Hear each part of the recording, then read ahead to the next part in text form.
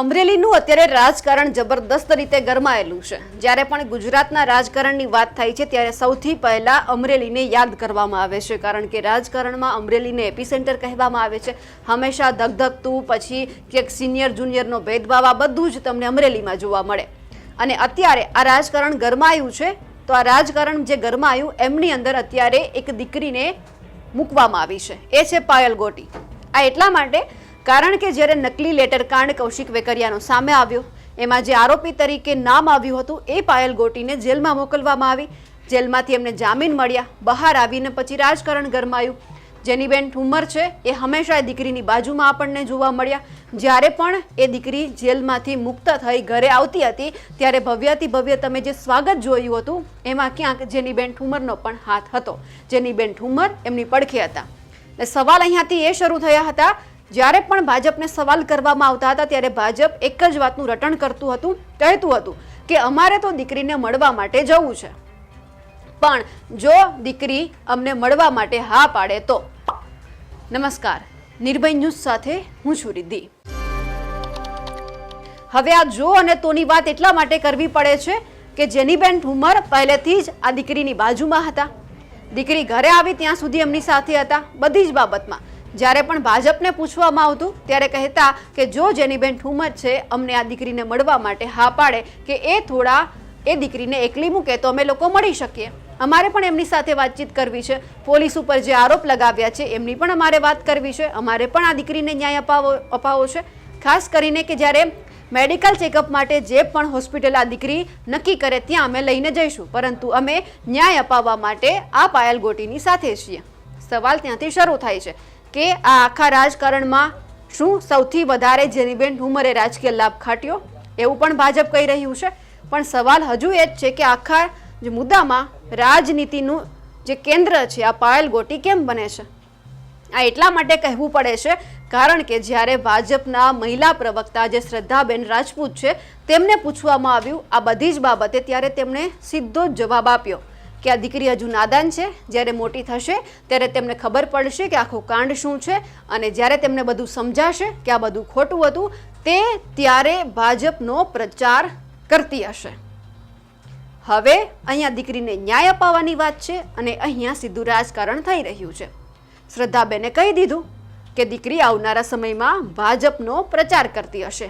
અત્યારે બધા જ દીકરીની સાથે કોંગ્રેસના નેતા છે, એટલે આખા રાજકારણનું અત્યારે જો કેન્દ્ર હોય તો આ પાયલ ગોટી છે। સૌથી પહેલા તો શ્રદ્ધા રાજપૂતને સાંભળીએ તેમણે શું કહ્યું છે।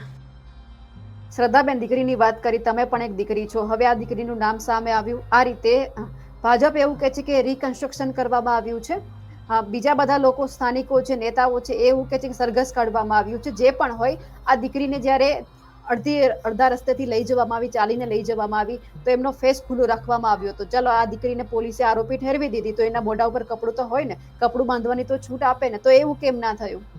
રિદ્ધિબેન, હું પહેલી વસ્તુ તો એ કહું છું કે હું ન્યાયતંત્ર છે નક્કી કરશે કે દીકરી આરોપી છે કે આરોપી નથી, પોલીસ નક્કી કરશે, પણ હું મારા મનથી અને વ્યક્તિગત રીતે અમે જેટલી પણ મહિલાઓ છે માની છે કે દીકરીનો કોઈ પાક નથી। કારણ કે 22 વર્ષની ઉંમર હોય અને 22 વર્ષની ઉંમરે આપણે ક્યાંક જોબ કરતા હોઈએ ત્યારે જે પણ માલિક કે એ પ્રમાણે કામ કરતા હોઈએ છીએ। હું કે તમે ગમે તે હોઈએ ત્યાં જોબ કરતા હોય, એ લોકો જે કે ભાઈ આ ટાઈપ કરીને અહીંયા આ પોસ્ટ કરી દેવાનું છે, અહીંયા નાખી દેવાનું છે, આપણને કેટલી જ અક્કલ હોય એ સમયે, અનટિલ કે અનલેસ કોઈ આપણને એવું કામ આપે કે આને ચક્કુ મારી દો કે આને ઝેર પીવડાવી દો તો બુદ્ધિ દોડે કે ભાઈ આવું ના કરે, આ ક્રાઇમ કહેવાય। એટલે એ બાબતે હું દીકરીનો કોઈ વાંક માનતી જ નથી, બરોબર છે। એની જોડે જે 22 વર્ષની ઉંમરમાં જે આટલું બધું થઈ રહ્યું છે એ traumatic that I definitely agree, પણ એના માટે એક દીકરીને હાથો બનાવીને એનું ફ્યુચર બગાડવાનું જે કામ અત્યારે કોંગ્રેસ કરી રહી છે, કારણ કે આ જ 22 વર્ષની દીકરી કાલે મોટી થશે, મેચ્યોર થશે અને આ ઘટનાને રિકોલ કરશે તો જે લોકો એને હાથો બનાવ્યો છે એ વસ્તુનું પણ એને ગિલ્ટ થશે।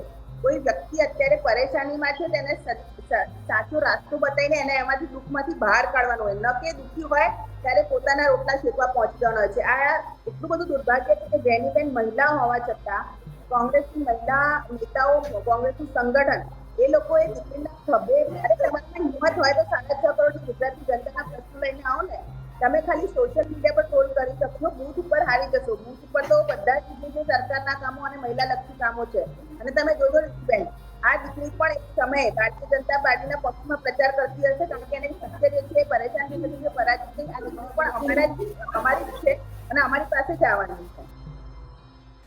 હવે અહીંયા સવાલ એ છે કે પાયલ ગોટીને હજુ ન્યાય નથી મળ્યો અને એ જ સમય દરમિયાન અત્યારે અહીંયા રાજકારણ થઈ રહ્યું છે. તમને શું લાગે છે આવનારા સમયમાં પાયલ ગોટી કયા પક્ષ સાથે જોડાશે? આ અમારે એટલા માટે કહેવું પડે છે કારણ કે તમામ રાજકીય પક્ષો એમની સાથે જે ઊભા છે એમને જોતા એવું લાગે છે કે પાયલ ગોટી આવનારા સમયમાં ચૂંટણીમાં હશે.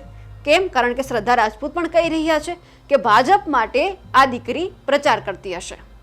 અમારા અહેવાલને લઈને અને જે શ્રદ્ધા રાજપૂતે નિવેદન આપ્યું છે તેમને લઈને આપનું શું કહેવું છે કમેન્ટ કરીને ચોક્કસથી જણાવજો. સાથે જ અમારી નિર્ભય ન્યૂઝ ચેનલને લાઇક, શેર અને સબસ્ક્રાઇબ કરવાનું ભૂલશો નહીં. નમસ્કાર.